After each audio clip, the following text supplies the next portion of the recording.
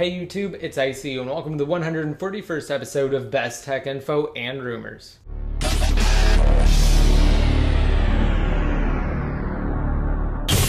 Alright, and to start off, a Japanese blog recently publicized a pair of interesting articles that were found in the Economic Times, which is a Taiwanese newspaper, that addressed the much rumored Apple smartwatch. Now, the first report suggests that Apple has ordered a small number of 1.5-inch OLED displays for testing purposes. Additionally, it was also suggested that they're looking into the touch sensor technology for a smartwatch. Now, initially, previous reports had proposed that Apple had set their sights on a 1.5-inch display. However, proving too large for proper ergonomic function, Apple has since shifted to the smaller 1.5-inch display detailed in the report. The second article points to market rumors concerning the smartwatch industry in general, indicating that Foxconn has already received orders for Apple's iWatch. However, with a questionably small production volume, it's likely that the first batch of smartwatches will be part of a small trial run for testing purposes. Now, although reports pertaining to the iWatch have been mostly non-existent these past several months, rumors from February suggest that Apple not only has a dedicated team of designers developing the watch, but that the device may launch, quote, as soon as this year. So of course, just be sure to stay tuned to this series, my YouTube channel in general, and Best Tech Info.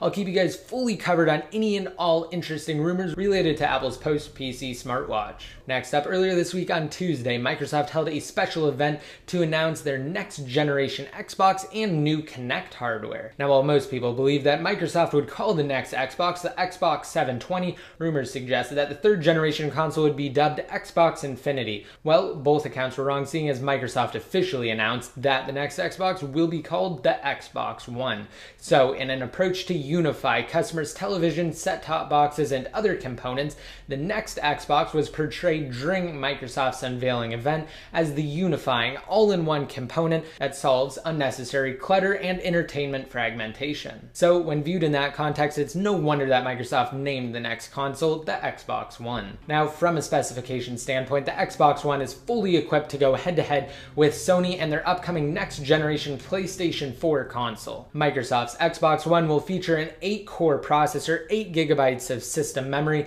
a 500 GB hard drive, a Blu-ray drive, 802.11n with Wi-Fi Direct, and of course HDMI in and out ports. Furthermore, it appears that the Xbox One will be bundled with next-generation Kinect hardware, which will offer a full HD 1080p camera, support for 30 frames per second, time of flight, and improved microphone technology. And aside from the impressive hardware, Microsoft's event focused on instant switching, which will allow the Xbox One to switch from one input or task to another in near real time. Additionally, voice recognition is seamlessly integrated right out of the box, allowing for individuals to easily and intuitively control the Xbox One. Additionally, the controller was also redesigned with a new ergonomic concept in mind. It will offer an integrated battery compartment, impulse triggers, Wi-Fi Direct radio stack, and a precision directional pad. Now, aside from that, I have received a few questions about backwards compatibility both for the Xbox One and the PlayStation 4. Unfortunately, neither console will be backwards compatible with its predecessor. It has to do with the system architecture and the varying operating systems that run on the new consoles. Backwards compatibility in this case would require emulation, which just isn't really a possibility. Technically speaking, you would be able to play previous titles through something like game streaming, so we'll just have to see whether or not Microsoft or Sony wants to actually take that on. Moving on, earlier this week I also released a new comparison video between the iPhone 5 and Samsung's all-new Galaxy S4 flagship smartphone. So yes, I did do a previous comparison about 3 weeks ago, but if you guys want to see my new comparison where I go over different points and I actually go into different aspects of the phones and which features I personally like best about both of the phones, just be sure to check out that video. I'll have a link to it down below in the more info. Alright, next, Apple recently published a new television advertisement for the iPhone 5 on their official YouTube channel. Apple's latest ad, dubbed Music Every Day, highlights one of the key selling points of the original iPhone,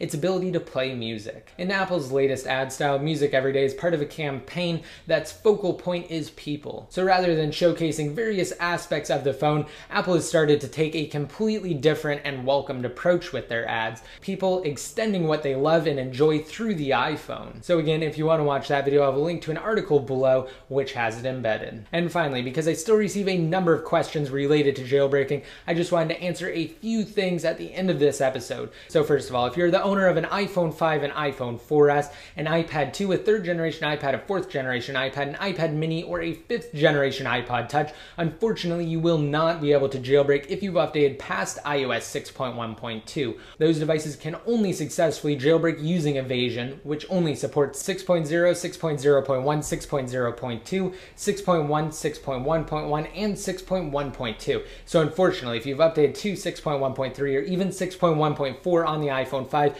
you will not be able to jailbreak until the developers release the next Untethered jailbreak utility, which as of now, they're waiting until the days of iOS 7 because 6.1.3 and 6.1.4 aren't substantial enough updates to warrant the use of new exploits and vulnerabilities that would inevitably be patched by another simple and minor release by Apple. However, if you have an iPhone 4, an iPhone 3GS, or a 4th generation iPod Touch, you will be able to successfully jailbreak on 6.1.3 using a simple red snow workaround. Now all of this and more, such as the difference between tethered and untethered, is detailed in one of my recent videos, which I will also have a link to below. Alright, and before I conclude, I wanted to say that I did randomly select a winner for my $100 Amazon gift card giveaway, and now I'm holding a new one. So now here's another chance to win a $100 Amazon gift card. Just be sure to rate this video up and hit that subscribe button to be notified every time I release new videos, and be sure to leave a relevant comment down below in the comment section. Once your comment's posted, you'll be automatically entered to win. And if you don't know what to leave in the comment section, try answering the question of the day. Which console would you guys prefer and why? Microsoft's Xbox One or Sony's PlayStation 4? Again, just be sure to let me know in the comment section or on Best Tech Info. And to be updated more often, just be sure to like me on Facebook, follow me on Twitter, and add me in one of your circles inside of Google+. And until next time, this is ACU signing out.